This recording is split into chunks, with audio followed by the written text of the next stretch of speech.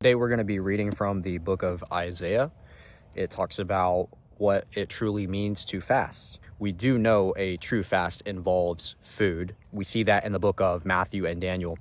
I don't want to steer anyone away from giving up food for their fast, but what I will say is that there is more to fasting than just performing a type of ritual or depriving yourself of things. Isaiah chapter 58, verses 1 through 14. Yet they seek me daily and delight to know my ways, as if they were a nation that did righteousness and did not forsake the judgment of their God.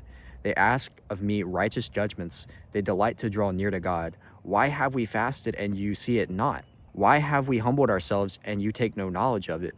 Behold, in the day of your fast you seek your own pleasure and oppress your workers. Behold, you fast only to quarrel and to fight and to hit with a wicked fist. Fasting like yours this day will not make your voice to be heard on high.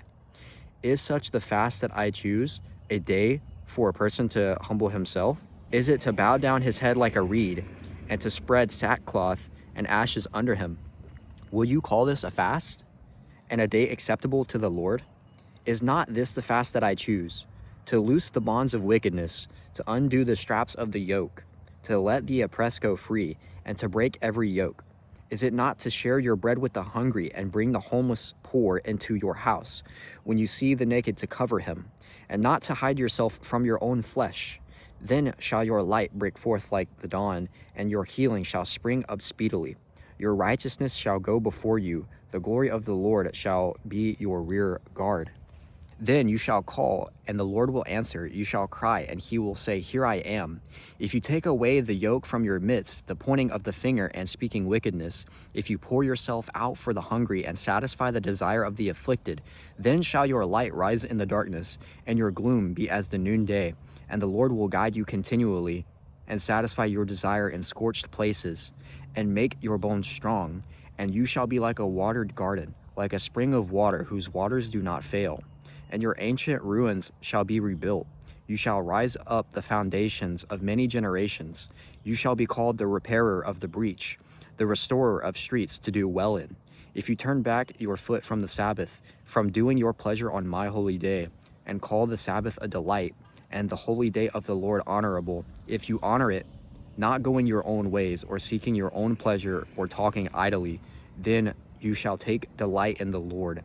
And I will make you ride on the heights of the earth. I will feed you with the heritage of Jacob your father, for the mouth of the Lord has spoken. People were asking God, why have you not heard us? We've been fasting. We have bowed before you. We've done what you've asked. We've humbled ourselves. But God saw in their hearts that they didn't truly humble themselves, because they did not acknowledge their transgressions. They did not actually do what God had desired for them to do. So while you can neglect food, and you can deprive yourself of something, it's more than that. It goes beyond this strict ritual of self-deprivation. What God has called these people to do, and he calls us to do when we fast, is not just to deprive ourselves. It's not only to be obedient, although obedience is very important. It's about setting the oppressed free. It's about removing injustice. We need to share food with the hungry. We need to open our homes to the poor. We need to clothe people who have none, or who have very little. And we should not neglect the oppressed. That is what true fasting requires of us. It goes beyond our own wants, our own desires, our own needs. God also requires us to keep his Sabbath day holy, not doing whatever we want, but instead we have to learn how to seek the Lord. How do we give our day to him? How do we honor him? How do we give time to him, the creator of the universe? On that day, we should not take delight in our own pleasure. We should not talk idly, and what that's referring to is actually lacking in a spiritual passion, a spiritual consideration. Give that day to the Lord. Give your time to his way. It does call us to give up actual food and even water, depending on the kind of fast you're doing.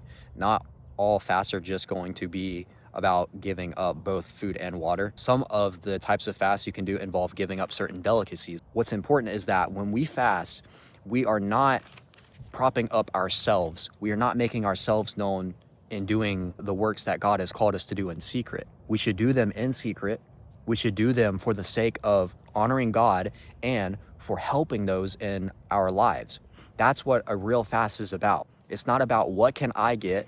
It's not about how do I get the most for myself. It's about how can I truly follow Christ in that fasting? Yes, pray. Yes, give up something. Yes, be obedient to the Lord.